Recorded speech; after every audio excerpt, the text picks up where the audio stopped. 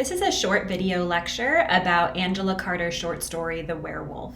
So The Werewolf is a one-page story that comes from her larger collection called The Bloody Chamber. And The Bloody Chamber is really bizarre and interesting. In fact, in one story, a woman actually turns into a tiger. So I really recommend it if you're looking for something similar to The Werewolf. For our purposes, we're just focusing on The Werewolf as a standalone short story. To keep this discussion organized, I have highlighted in blue certain ideas. So anything about the setting, the narrator's attitude, or anything that reveals what these woodsman people are like, I've put in blue. Anything having to do with gender and traditional fairy tales. So ask yourself, is Angela Carter subverting or complicating or revising traditional patriarchal fairy tales that tend to depict women as either helpless ingenues or evil crone women, witches, and not a whole lot of in between? Or traditional fairy tales where the mother is dead. Think about Disney movies, think about Grimm's Brothers fairy tales or Hans Christian Andersen. And then in green, also discussions of gender, but we're talking about gender as it relates to archetypal characters. If you don't know what an archetype is some sort of stock character that we see over and over again in literature all across the world from all different time periods. So if you want to study more about this, you can do a quick Google search of Carl Jung, spelled J-U-N-G, and this idea of the collective unconscious. But basically it's the idea that most cultures have some sort of hero or trickster or damsel in distress, that many cultures, even cultures that have never interacted with one another, have stories or types of characters that are very similar, that fall into certain patterns. So let's talk first about the setting. As you're reading the story, you might notice that it doesn't take place in a specific time or a specific place, but we do have some information. We know this is a very cold, wintry landscape. We know that this is a remote area because these upland woodsmen see the devil, but they have never seen the narrator or other people. So they're very remote, very isolated. We know that it's a difficult life that they live. There are bears, and according to the upland woods people, there are supernatural creatures like vampires and witches and werewolves. Whether or not the narrator believes all of this, that's kind of another story. So we know that it's a cold, remote, difficult landscape to live in, and it's very isolated. We do have some clues that this might take place somewhere in Western Europe. There's a reference to the night when witches come out from German folklore. There's also references to St. John's Eve and the little girl crossing herself. So this could be a vaguely Christian country or Christian region. I picture somewhere in Western Europe, or somehow when I read this, a lot of what pops into my mind is New England during the Salem witch trials. Cold, difficult lives filled with superstition, right? You might need some sort of scapegoat if you're living such a difficult life. So a couple of details here. When you go through the text, you might notice that the narrator sometimes is like an anthropologist, like a cultural anthropologist visiting some other land, some remote group of people, and writing down in a very reporterly neutral way what he or she sees, right? He or she says the people have a bed, a stool, a table. They live harsh, brief, poor lives, just reporting what they're like. But on the other hand, we get a sense that the narrator has some judgments about these upland woods people. When the narrator references what the townspeople do to a woman who they think is a witch, he says, "Oh, sinister," in kind of a sarcastic way, he or she, whoever the narrator is. When they, that's the upland woodsman, discover a witch, some old woman whose cheeses ripen when her neighbors do not, another old woman whose black cat, oh sinister, follows her about all the time, they strip the crone, search her for marks, for the supernumerary nipple her familiar sucks. They soon find it, then they stone her to death. So on the one hand, he's just reporting what happens to this woman in a very objective tone, right? They find it, they stone her to death. But on the other hand, by saying, "Oh, sinister," with the exclamation point, he could be mocking or making fun of some of their superstitions, or maybe even beyond making fun, critiquing some of their superstitions, potentially.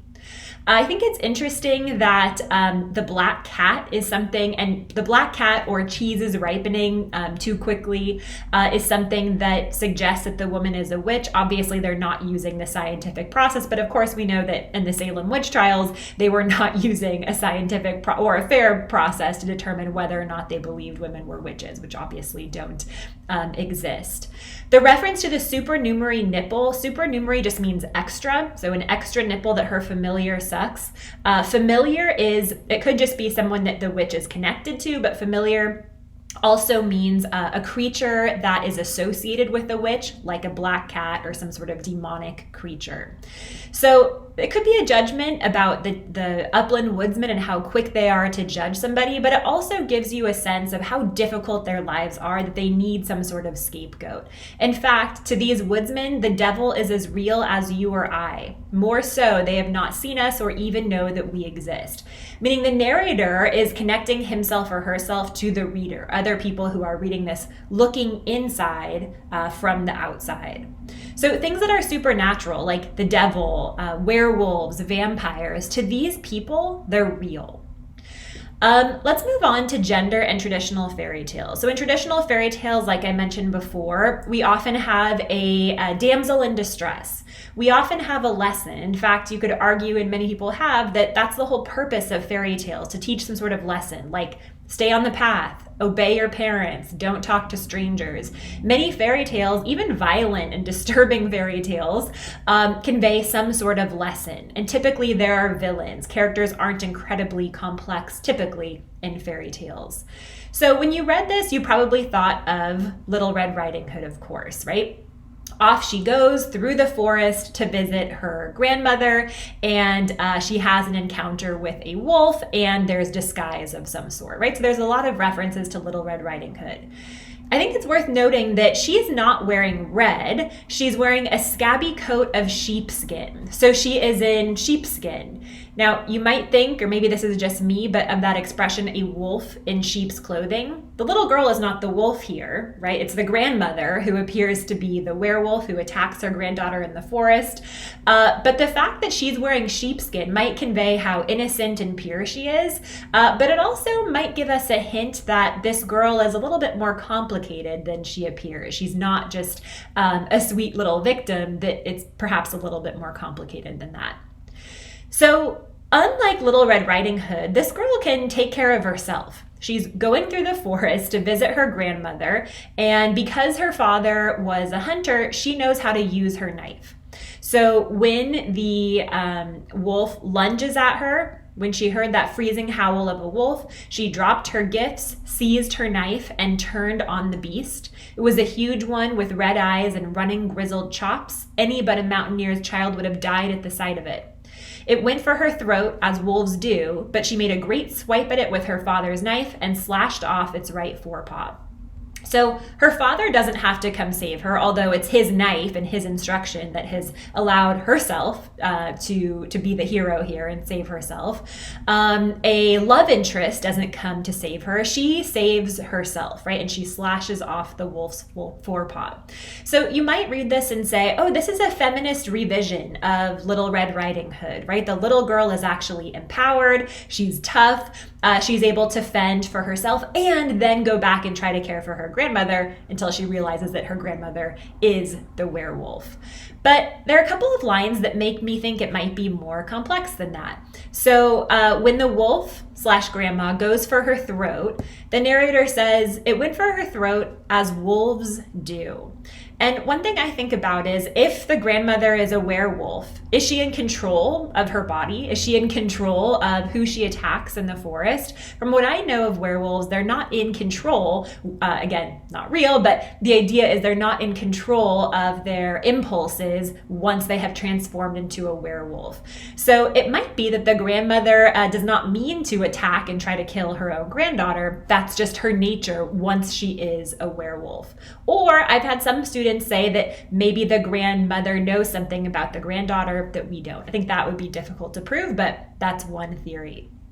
I also feel kind of sorry for the wolf. Even though this wolf has lunged after the little girl's throat and tried to attack her and presumably kill her, Once the little girl cuts off its paw and really, in a sense, kind of castrates the wolf, takes away the wolf's power, the wolf seems pretty pathetic. The wolf let out a gulp, almost a sob, when it saw what had happened to it. Wolves are less brave than they seem. It went lolloping off disconsolately between the trees as well as it could on 3 legs, leaving a trail of blood behind it. And then the little girl just wipes up her knife, continues on her way to grandmother's house.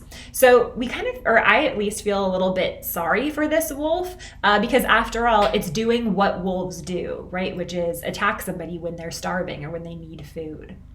It's also worth noting that it starts snowing, and it snows so thickly that the footsteps, track, or spoor are all obscured by snow. So not only is the bloody trail obscured, so the little girl doesn't see that the wolf is grandma going off to her house, but instead, well, in addition, the little girl's tracks are obscured too, right? I think it's interesting. This story is so sparse. It's so short, right? But the writer makes a point to say that the snow covers up footsteps, which could be covering up the wolf's footsteps, what the wolf has done, but also the little girl's footsteps.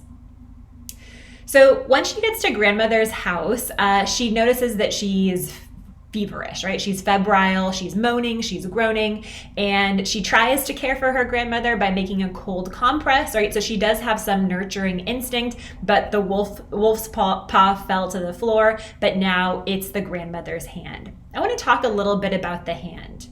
It was a hand chopped off at the wrist, a hand toughened with work and freckled with old age. There was a wedding ring on the 3rd finger and a wart on the index finger.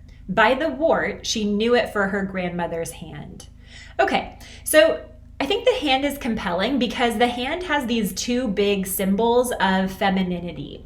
On the one hand, it has a wedding ring, and it also has a wart. And when you think about these archetypal figures that we see, not only in fairy tales, but even in TV shows or Disney movies, women are oftentimes boxed, men too, into categories, right? The married woman, the old woman, the witch, right? So the wart and the ring, the wedding ring, to me are just perfect symbols of these 2 boxes or these 2 categories that we have for women.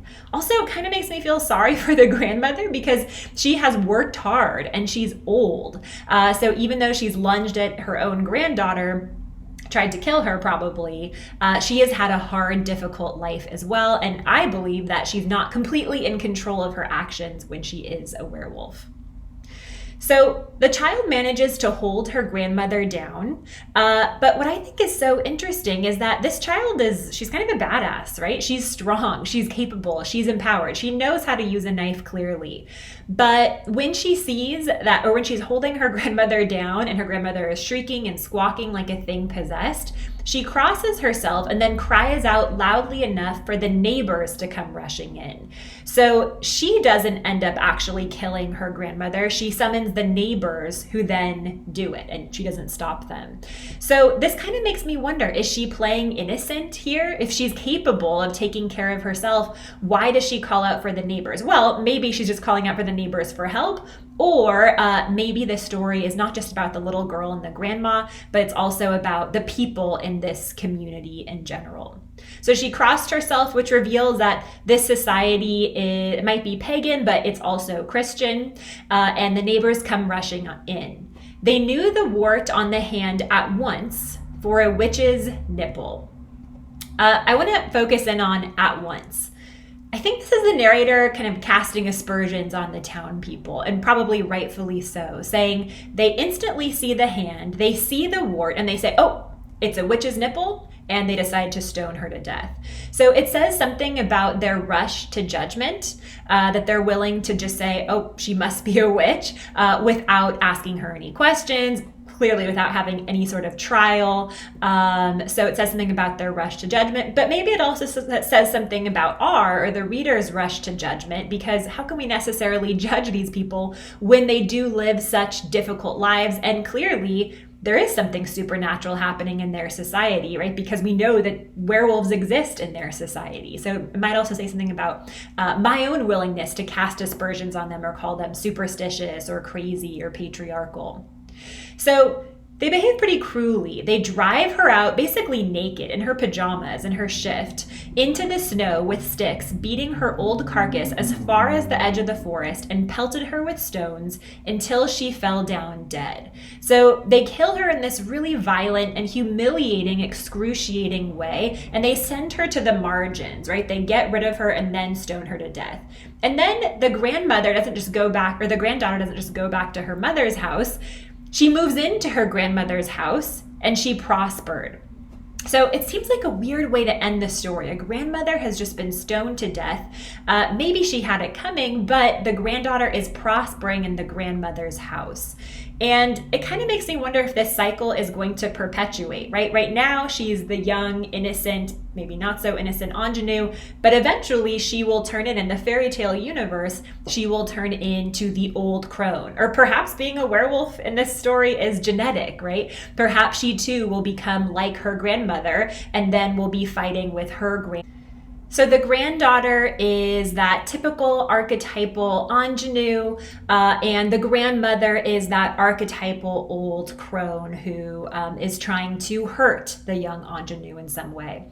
But I also think they complicate those tropes because the grandmother, at least in my view, is partially sympathetic, and the granddaughter, to me, is not 100% sympathetic. So another thing that makes me think this story is archetypal is that the setting could be any place, right? We know it's cold and wintry and superstitious and vaguely Christian, but this could take place in 1500 or it could take place in 2020 in some place that's very, very remote. So it has this timeless universal quality, just like fairy tales. But what I think is that even though this might be a feminist story, the girl is empowered, it's interesting that we have two female characters who are rivals, who are pitted against one another, that in order for one to prosper, it seems like the grandmother has to die. What is that saying? What does that mean that these two female characters don't seem to be compatible, that the grandmother goes after the granddaughter in werewolf form, and then the granddaughter ends up causing her grandmother to be killed? What does that say about women, about fairy tales? What do you think the message of that is?